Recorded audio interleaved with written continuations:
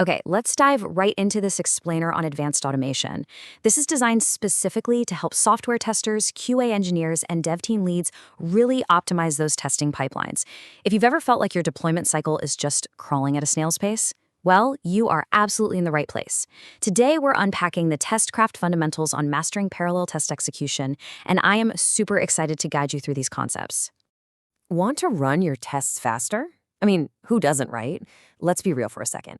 There is literally nothing more frustrating in the world of software development than pushing a brilliant piece of code, feeling great about it, and then just waiting. You're sitting there staring at a loading bar, waiting for a massive suite of sequential tests to finish running one by one. Meanwhile, your coffee gets cold and you completely lose your train of thought. It drains your momentum, it bottlenecks the whole engineering team, and worst of all, it delays getting actual value into the hands of your users. That lost time waiting on test results is a massive pain point. So we need a way to break that bottleneck once and for all. Here is our roadmap for this explainer. We'll quickly cover running tests simultaneously, the 4x speed advantage, managing setup and resources, the risk of state complexity, and finally, essential tools for automation. All right, section 1, running tests simultaneously, covering the core concepts. Parallel test execution is exactly what it sounds like. It's running multiple tests simultaneously rather than one right after the other. Think of a busy grocery store, right? If there's only one checkout lane open, everyone has to wait their turn.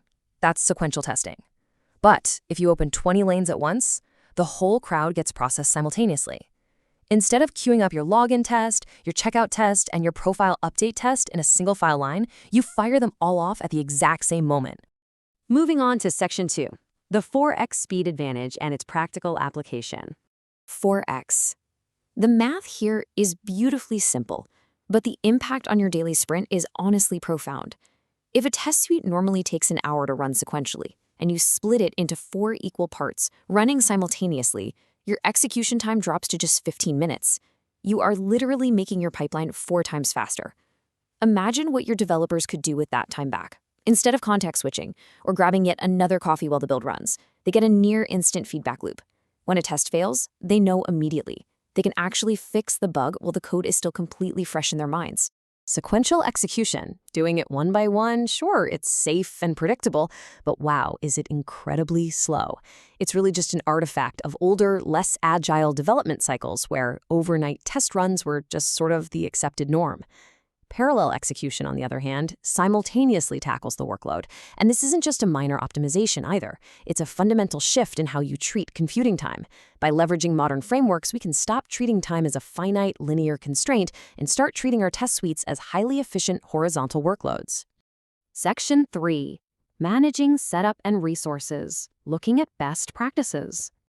Now, as amazing as parallel execution sounds, it doesn't just happen by magic.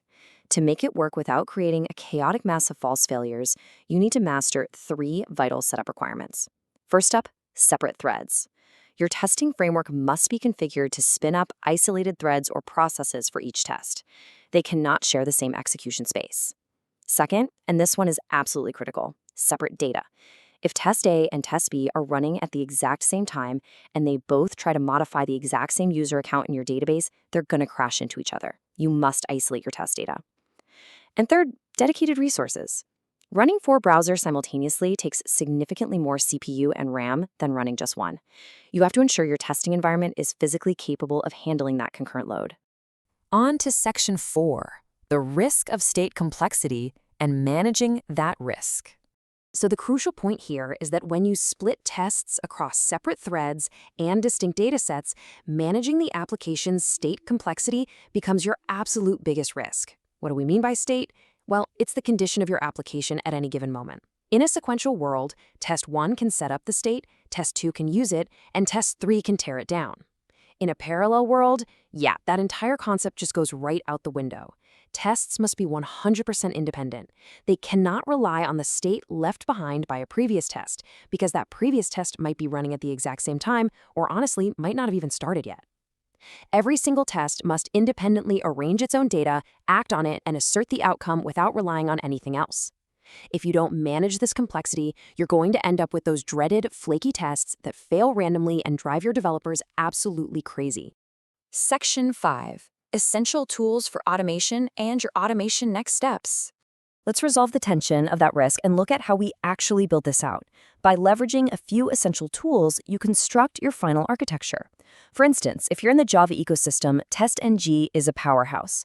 It actually has built-in native support for parallel execution right out of the box. If you're using Python, PyTest is your best friend, especially when you pair it with distribution plugins that effortlessly spread your tests across multiple CPUs. But a framework isn't enough on its own. You need a robust CI/CD pipeline.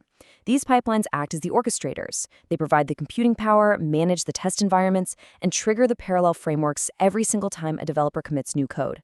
Together, the whole shebang forms the robust backbone of a high-speed testing operation.